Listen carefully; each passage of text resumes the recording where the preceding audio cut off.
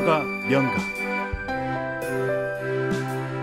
이제 오늘 이야기하는 것은 사람의 어떤 생각이라든가 의식이라든가, 즉 오늘 우리의 화제로 한다면 개인의 탄생이라든가 개인의 개념이라든가 이런 것들이 결국은 꽃을 피우게 되는데, 어떤 의식과 문화가 꽃이 피우기 위해서는 어떤 사회적 조건이라고 하는 것이 매우 중요합니다. 그렇지 않아요?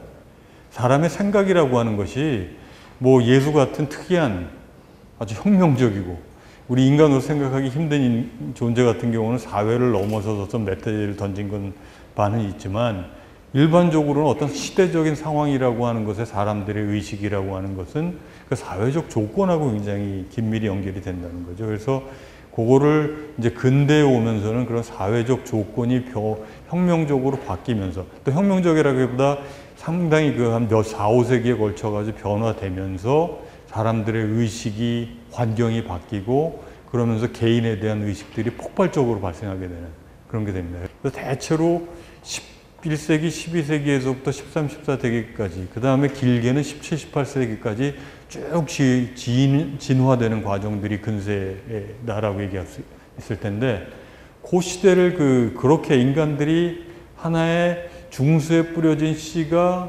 꽃을 피우게 되는 그러한 사회적 배경들을 보자면요, 이 이태리가 굉장히 중요해요. 이태리가 10세기면은 벌써 누굽니까? 지난번에 제가 베르나르두스 이런 사람들 얘기할 때 12세기였단 말이에요.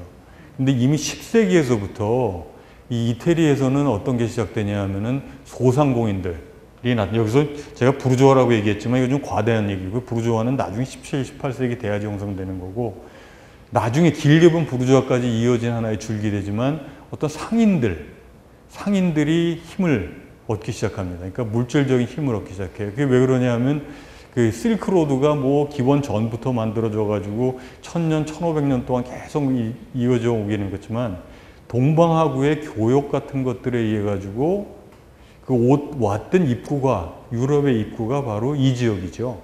우리가 처음 고대에서부터 봤듯이 페르시아하고 만난 지역이 그리스, 이태리 이 지역들 아니었습니까? 그러다 보니까 동방하구의 교역 중심, 중개 무역을 하고 있는 지역으로서 이 이태리가 지정학적인 위치 때문에 소상공인들이 일찍이 발달하기 시작해요. 근데 12, 13세기에 오면서는 우리 알고 있다시피 또 농업혁명이 폭발적으로 발생합니다. 그래서 그 농업적으로 이 물건들이 생각하면서 인구가 어떻게 되겠어요? 농업혁명이 인구가 증가하게 되면서 도시를 중심으로 해서 인구가 증가하게 되니까 도시에서는 농업이라고 하는 게 제한될 수밖에 없으니까 사람들이 뭘 하게 돼요? 상업행위를 하게 된다고요. 그러니까 소상공인들이 확대되는 그런 계기가 되고요. 또 하나 중요하게 우리가 주목해야 될 것이 14세기에, 여기는 안 적혀 있군요. 14세기에 유럽에서 흑사병이 번지면서 유럽 인구가 얼마가 줄어드냐면 3분의 1 정도가 인구가 줄어듭니다. 그러면 인구가 줄어들면 어떻게 될 것 같아요? 농지에서 농업을 해가지고 생산할 수 있는 인구들은 당연히 줄어들겠죠. 근데 사람들이 당장 먹기 위해서는 뭐가 필요해요? 먹는 것들이 무엇보다도 가장 필요한 그런 상황이 된단 말이에요. 그러다 보니까 이 농업하는 사람들의 소득이 증가해요. 그리고 15세기부터 18세기까지 대항해 시대, 식민지들이 개척되기 시작하면은 무슨 일이 발생을 해요? 식민지에서 들어왔던 많은 물건들을 유통하는 것, 그런 것들이 너무 중요한 부분이 된다고요. 그래서 이런 요소들이 다 같이 아울러 가지고 소위 자본에 의한 힘들, 그래서 소상공인들이라든가 농업하는 사람들이 힘이 세지면서 기존의 귀족 계급들이 갖고 있었던 어떤 장악력, 이런 것들에 대한 도전, 이제는 그 힘이 약화되는 그런 부분들이 있습니다. 또 하나, 우리가 지금은 그냥 그 시대에 있었던 여러 가지 분위기들, 중요한 앞으로 얘기될 소재를 말씀을 드리는 건데, 인쇄술이 또 발전을 하죠. 인쇄술이 발달하고 있는 것은 14세기, 15세기, 우리 중고등학교 때 많이 들었던 구텐베르크니, 뭐 이런 사람들이 다 이때 얘기예요. 그래서 인쇄술이 발달하는 것이 이후에 르네상스 같은데 굉장히 중요한 역할을 차지하게 됩니다. 사실 르네상스를 이야기하는 것이 놀랍지 않은 이유가, 그래서 왜 느닷없이 14, 16세기에 르네상스라고 하는 게 발달했을까 생각해 보면, 아까 말씀드린 대로 어디에서 그 상업계층들이 시작이 됐던 거예요. 잘 아시다시피 아까 말씀드린 이태리에서 시작이 됐잖아요. 르네상스도 그래서 그런 어떤 부의 축적 같은 걸 배경으로 해가지고 르네상스가 시작이 됩니다.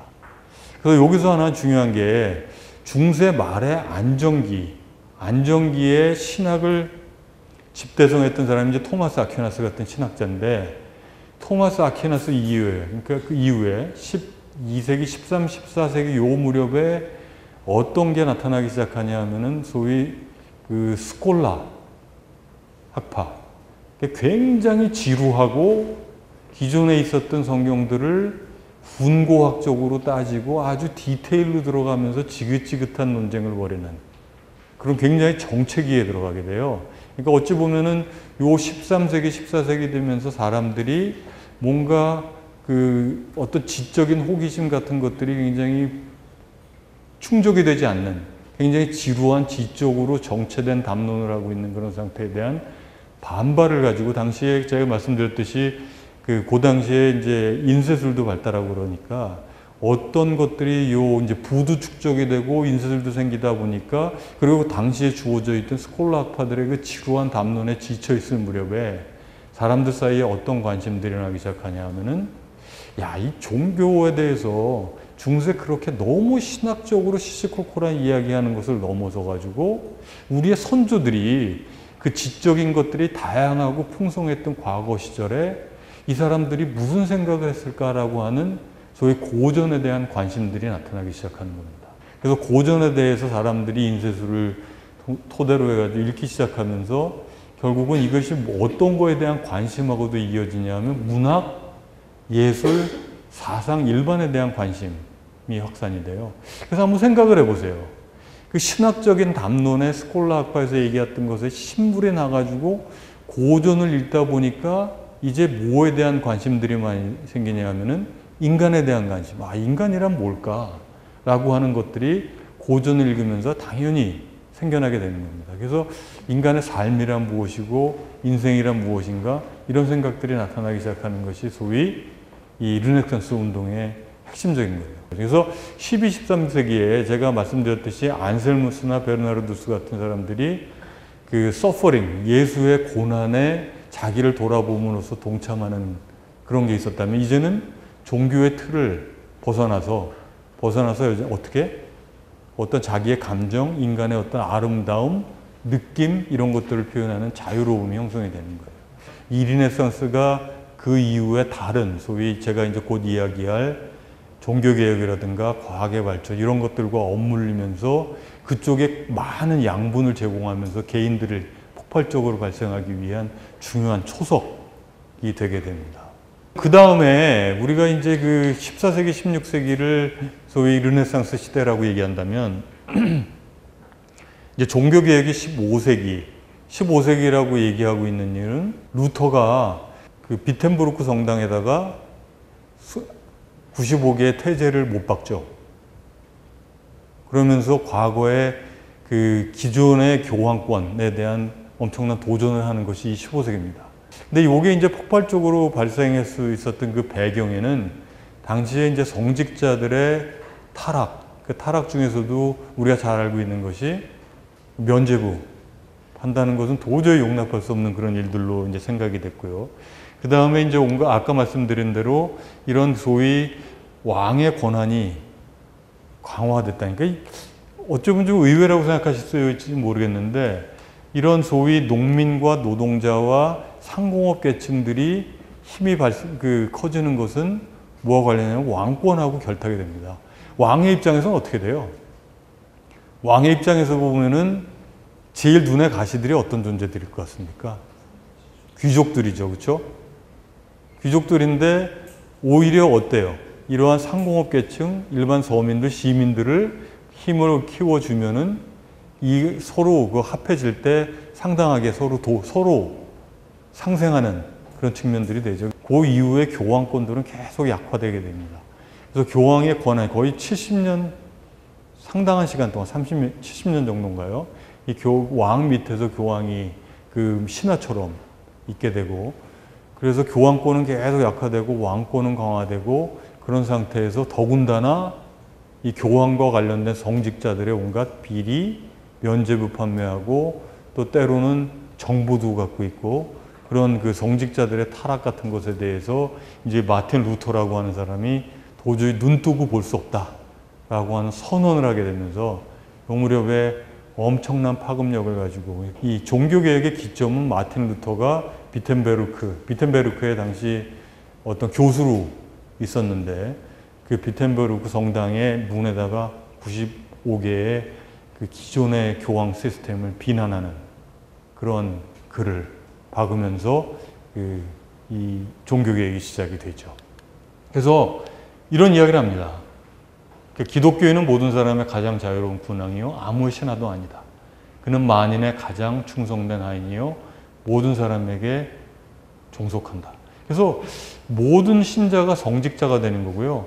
계급 같은 것들은 있을 수가 없던 모든 사람들이 평등하다는 얘기를 한 건데 이제 그 소위 성직이라든가 종교에 있어서의 어떤 계급주의적인 전통을 모조리 부시는 겁니다. 여하간 이제 모든 그 종교에 있어서의 계급 같은 것들을 완전히 붕괴시키면서 하나님 앞에서 모든 존재가 동등하다라고 하는 어떤 면에서는 바울 그리고 그 어거스틴의 정신으로 돌아가는 거예요. 결국은 가장 중요한 것은 그 솔라 피데, 솔라 그라티아. 그래서 은혜로, 오직 은혜, 그리고 오직 신앙 이런 얘기를 해요. 그러니까 그 어떤 계급적인 그런 측면들이 아니라 내가 하나님의 은혜로 나의 신앙으로 나의 결단에 의해서 이루어지는 것이다. 이런 얘기들이 나오기 시작하는 겁니다. 그래서 여기서 보면은 결국은 하나님과 나는 1대1로 만나는 것이고 결국 내가 어떻게 하느냐에 따라서 나의 구원이 결정되는 것이고 그래서 신앙에 있어서의 개인주의가 계급 같은 게 다 꺼지는 거죠. 그래서 르네상스는 어떻게 보면 지성에 있어서의 개인주의죠. 그래서 르네상스하고 이 종교개혁하고는 그 기본적인 화두가 뭐냐 하면은 오늘 근대의 핵심이라고 하는 개인의 탄생, 어떤 인디비듀얼리티의 탄생이라고 하는 것에 어떤 공통분모가 생겨나고 있는 겁니다. 그래서 이게 그 루터가 하고 있는 얘기입니다. 하나님의 말씀과 의지를 진정으로 이해할 수 있다. 그러면서 우리는 풍요로운 기쁨, 행복, 구원을 영원에서뿐 아니라 이 땅에서도 얻는 방법을 배우게 된다. 여기서 제가 이거를 썼던데 어떤 부분을 방점을 두려고 썼겠습니까? 이 땅에서도 얻는 방법을 배우게 된다. 그러니까 과거의 캐톨릭에서는 내가 얻을 수 있는 구원은 계속 뭐였어요? 내세에 있는 거고 이승에 있는 것은 어떤 고난이고 고난에 동참하는 것이 구원으로 가는 길이라고 생각했는데 점차 이 시대, 소위 르네상스적인 분위기 속에서 살았던 루터에서 어느덧 뭐가 들어가 있는 거냐 하면 현세적인 그런 측면들이 이 종교개혁을 주도했던 사람들 내에서도 이루어집니다. 그러니까 종교개혁을 보면은 제가 아까 말씀드렸듯이 르네상스가 당시에 있었던 많은 사람들한테 여러 가지 자양분을 제공해 준다라고 얘기한 부분 중에 중요한 한 가지가 바로 이 현세적인 복락에 대한 새로운 관점들이 나타나는 거예요. 그러니까 다빈치가 모나리자를 통해서 뭘 보여주려고 했던 거예요? 기쁨을 추구하는 것 자체가 더 이상 나쁘지 않다라고 하는 거 보였듯이 그러한 같은 시대 정신이 루터한테서도 나타나는 겁니다. 다빈치는 뭔가 굉장히 분방했던 사람이고 루터는 굉장히 엄숙했던 사람이죠. 그럼에도 불구하고 이 두 사람 사이에 공통점으로 나타나는 것은 현세에 있는 어떤 즐거움과 복에 대해서 더 이상 부정적인 생각을 갖고 있지 않았다는 거예요. 근데 여기서 얘기하고 있는 것이 근데 표현을 좀 주목을 해야 되는데 기쁨, 행복, 구원 이런 얘기를 합니다. 기쁨 얘기를 해요. 행복을 얘기하고 쾌락을 얘기할 것 같아요? 쾌락하고는 아직 거리가 있는 겁니다. 쾌락하고는. 그러니까 이 사람들은 루터도 그렇고 이후에 그 프랑스에서 종교개혁의 또 하나의 그 축이라고 하는 누구예요? 칼뱅 같은 사람도 현세적인 쾌락주의 이런 거에 대해서는 상당히 경계를 두고 있는 이제 종교적인 사람이고 르네상스 시절도 그렇고 종교적인 사람이기 때문에 현세적인 복이나 이런 것들에 대해서 르네상스 영향을 받아서 어느 정도 오픈 마인드 돼 있긴 하지만 아직 어디까지 갈 준비는 안 돼 있는 거냐면 쾌락까지 갈 정도까지는 안 돼 있는 상태입니다. 그렇지만 우리는 여기서 뭘 볼 수 있냐 하면은 어떤 그 문이 열리기 시작하면 그것이 쭉 가는 경향들도 생기잖아요. 그래서 쾌락이라든가 개인의 즐거움에 대한 관점 같은 것이 열리기 시작하면 행복에 대한 즐거움에 대해서 더 이상 죄의식을 갖지 않는 것이 마련이 되면서 이것이 어떻게 쾌락과 관련된 부분까지 발전되는가 이런 것도 한번 주목해 볼 만합니다. 그래서 그 다음에 또 하나 이제 중요한 것이 그 비슷한 시기인데 이제 자연 과학이 발달하기 시작합니다. 이 사람은 이제 15세기, 16세기에 걸쳐 있는 사람. 코페르니쿠스 뭐 다 아시죠? 그 지동설 얘기하면 옛날 사람이라고 그러더라고요. 요새는 뭐라고요? 무슨 중심설, 태양 중심설, 지구 중심설 이렇게 얘기해. 교과서에 그렇게 나와요. 근데 저는 지동설이 친숙하기 때문에 지동설로 하겠습니다. 뭐 같은 사람들이죠. 케플러도 그렇고. 그리고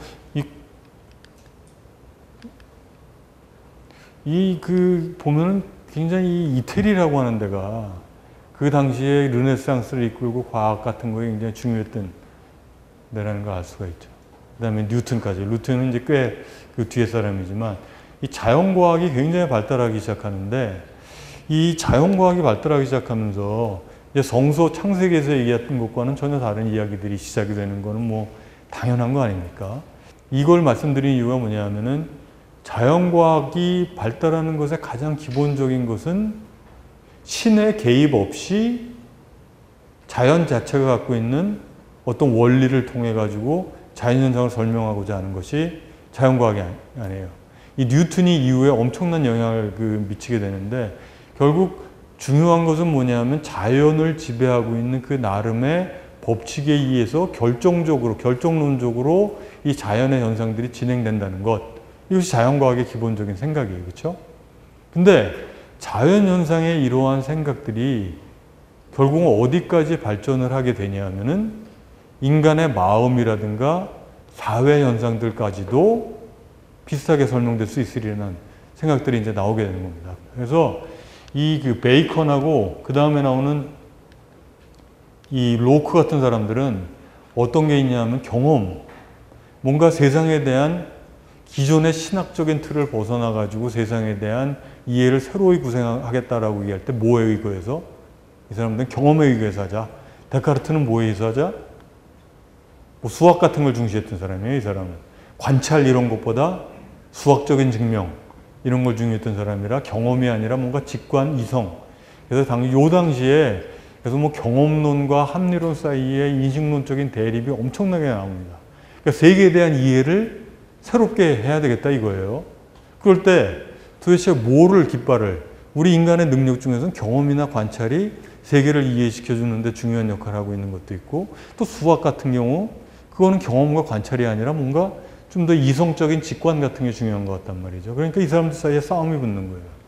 소위 세계에 대한 진리로 가기 위한 길을 이성에서 찾을 것이냐 경험에서 찾을 것이냐. 그래서 이 시기가 소위 인식론의 전성기가 되는 이유가 바로 개인이 탄생을 하고 내 개인적인 능력을 통해서 세계에 대한 이해를 재구성하고자 할 때 그 길잡이로 뭘 삼을 것인가에 대한 논쟁이 시작되면서 인식론이라고 하는 것이 꽃을 피우게 되는 겁니다. 서가 명가